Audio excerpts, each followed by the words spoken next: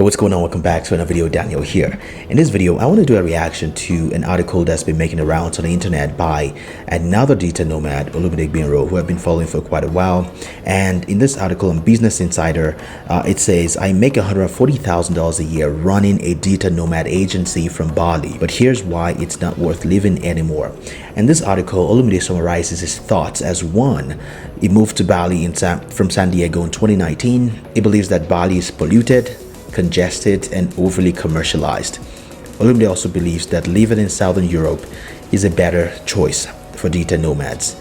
Now, while there may be nothing wrong with all of those claims, I do have a few thoughts that I want to share on the state of Bali and the state of digital nomadism and how we as digital nomads contribute to some of these problems that we see today in some of these destinations. One, I want to give my thought on Bali itself and why I've never been to Bali and why I may never go to Bali long term or go settle down there. That's not even in a question for me. Bali for me is just one of those places that a lot of people flock to because they just want to not have that fear of missing out. Prior to me becoming a digital nomad, I was doing a lot of research on places that I could potentially go to start my digital nomad journey, and definitely Bali was one of those options. But I looked at the articles, I looked at YouTube, and pretty much everywhere that you would look if you are looking to move somewhere new, and I realized that Bali may not necessarily be that place because a lot of people are going to Bali. I'm thinking of going to Bali, and so is 100,000 other people in the middle of a pandemic who are looking for freedom. They're looking for low cost of living, and they're looking for a community, which are other things that Bali offers to you as a digital nomad. So I just made that decision not to go to Bali.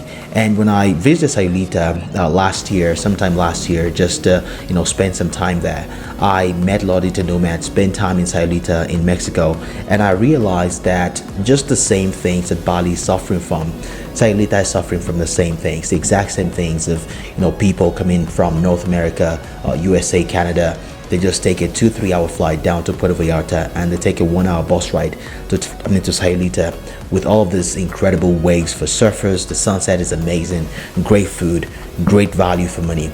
And you get to Sayulita, you see that a lot of people, a lot of digital nomads are making this place home, and they're making it virtually unlivable for the locals. And that is pretty much what I believe is going on in Bali. And spending a week, about 2 weeks in Sayulita, just made me realize that these are not the kind of places that I want to be or stay in as digital nomad, and Bali is definitely not one of those places. I do want to mention that digital nomad movement is not bad at all. Of course, there are obvious advantages to economies opening up their doors to digital nomads, and one of those is the stimulation of local economy. Of course, one of the biggest reasons why people like myself or other digital nomads choose a place to go is because of the cost of living. Because one, you can make your money in dollars or euros or any of the strong currencies. You go to these places and you get your cost down about 3-4 times less than you would spend in North America, Canada, Europe, Western Europe, whatever. And this is just one of the biggest reasons, and we can't deny that.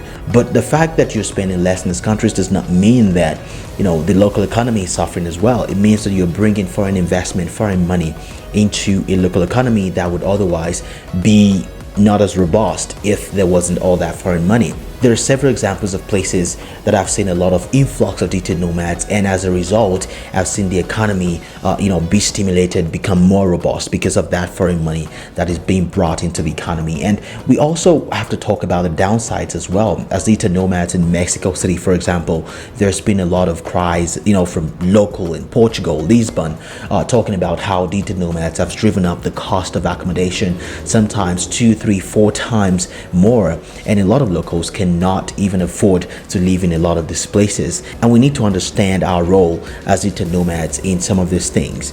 How can we help in cutting back the overpopulation of certain places? Now, I made a video a while ago just talking about how we can be responsible as digital nomads, and I think one of the ways to which we can do that is just by being responsible people. One, I see a lot of people when they go to a new place, but the first thing they talk about is how cheap and affordable and beautiful. While this may sound good to the ears, it does a lot of bad than good for the local economy, because in the case of Olumide Gbenro, of course, Olumide, I know he means very well.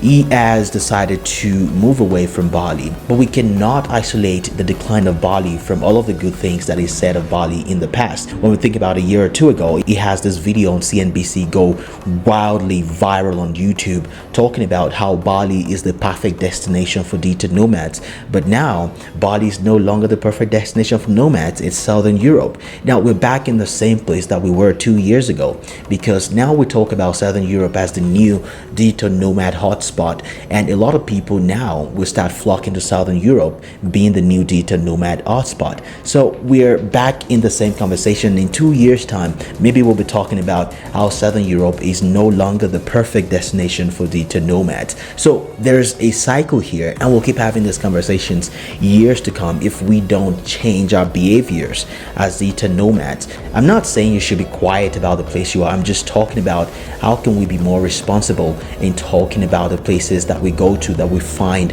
very beautiful, that we find accommodating, that we find great communities in. Now, moving away from a place and saying that it's not great anymore is not necessarily the solution. We have a role in creating a sustainable digital nomad movement. We have a role in ensuring that we work hand in hand with the locals. We have a role to ensuring that we work hand in hand with the government to create adequate incentives for locals to be accommodating to digital nomad. We have a role in making sure that we leave a place better than we found it. If we go to a new place, maybe it's Southern Europe, we invite all our friends and all our digital nomad colleagues to come spend time there, and after 2 years we all leave. What legacy are we leaving behind for the people who will come after us? So I think we all have a role to play. I think it's more than just pointing fingers and saying, hey, this place is bad, we can no longer live here.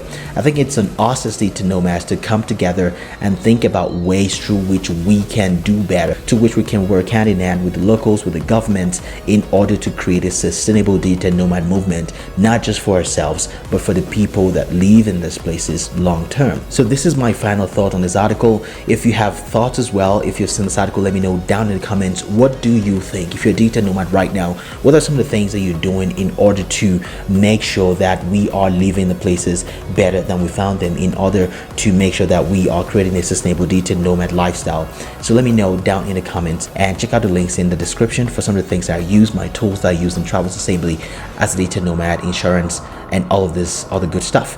Again, my name is Daniel, and I will see you in the next video. Bye.